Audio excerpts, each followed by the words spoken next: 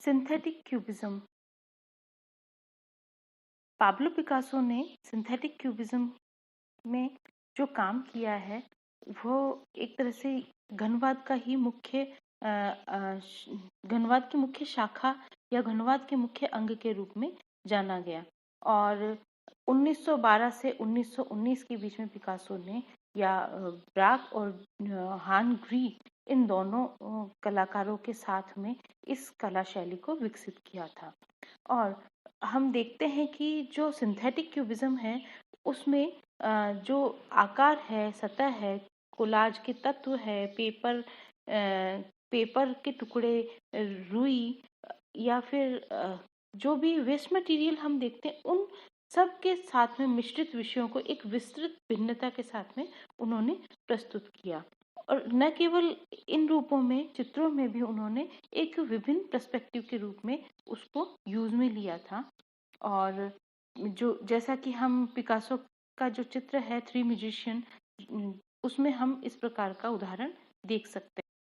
अब इसका एक महत्वपूर्ण कारण भी ये था कि अब 19वीं शताब्दी से लेकर 20वीं शताब्दी की शुरुआत तक जो कि यूरोपीय संस्कृति का एक अभिजात्य वर्ग है वो अपना रुख कर रहा था अफ्रीका की तरफ, या मैक्रोनेशियन और मूल जो अमेरिकी लोग हैं उन लोगों तक जाकर उनकी कला को, वहाँ की जो देशज कला है उनको पहचानने का वो प्रयास कर रहे थे।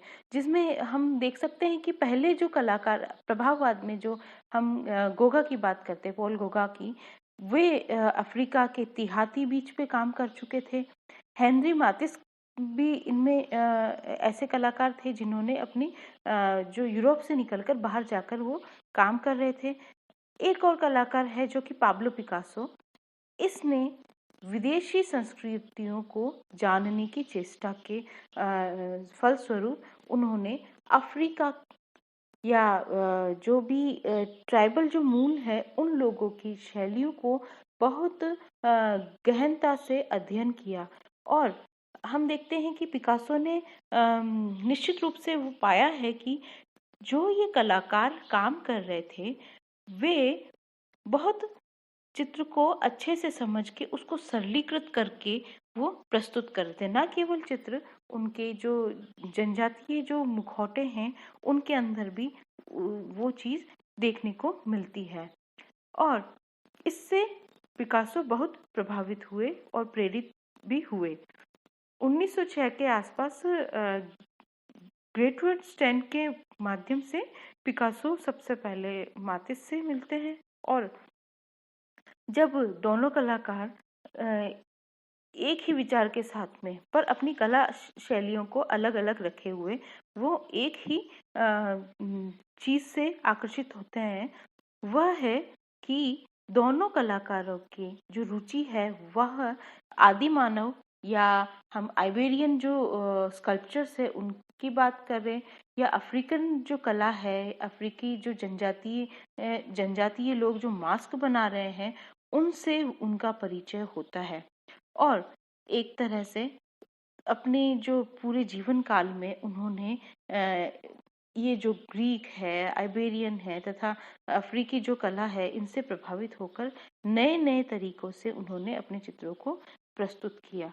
जिसमें पिकासो ने अपने जो मौलिक जो रूप है, अपने मौलिक जो प्रतिभा है उसके थ्रू उन्होंने जो उन्होंने अफ्रीका, आइबेरियन से जो सीखा है, उनके आदिमानी मानव कलाकारों से जो सीखा है वो उन्होंने अपने चित्रपट पर उन्होंने उकेर दिया।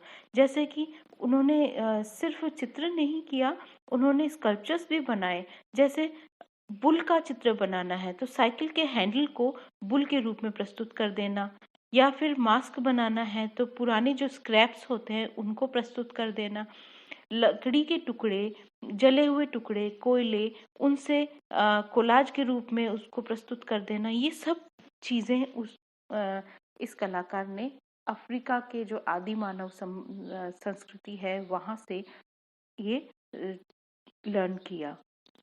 1911 से 1912 के बीच में जो पिकासो है उसका still life with chair caning यह जो चित्र है नई शैली का पहला काम माना जाता है, जिसमें ऑयल उसके साथ में कपड़े को उपयोग में लिया, जिसे पूरी तस्वीर पर रस्सी की फ्रेमिंग और विषय सहित चेयर कैनिंग जैसा दिखाने के लिए एक अंडाकार कैनवास पर छापा गया।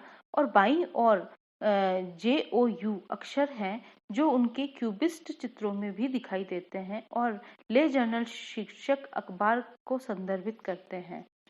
तो इस तरह के उनके अखबारों के टुकड़े या कतरने या अखबार के जो भौतिक टुकड़े हैं या कोई शीट है, म्यूजिकल इंस्ट्रूमेंट के टुकड़े, इस प्रकार की जो चीजें हैं वो कोलाज के रूप में वहाँ पे वो पेस्ट करते थे और वो एक नया चित्र प्रस्तुत कर देते थे। इस प्रकार जो अक्षरों के टुकड़े हैं, मिट्टी है, कपड़ा है, रुई है, कागज के मोटे गत्ते हैं, या फिर म्यूजिकल इंस्ट्रूमेंट के टुकड़े हैं, या फिर म्यूजिकल इंस्ट्रूमेंट को ही उन्होंने डायरेक्ट कैनवस पे पेस्ट कर दिया। इस प्रकार से जो हम कह सकते हैं कि सिंथेटिक क्यूबिज्म में जो विश्लेषणात्मक क्यूबिज्म की तुलना में एक तरह से इसमें सिंथेसाइज करके एक नए तरीके से या नए विचार के साथ में पिकासो ने इसको विकसित किया। न केवल पिकासो, ब्राक और हान ग्री भी इस प्रकार का अलग विभिन्न संरचना कर रहे थे, जो जिसकी सतहों पर कोलाज के तत्वों को मिश्रित करके उन्होंने चित्रण कार्य किया।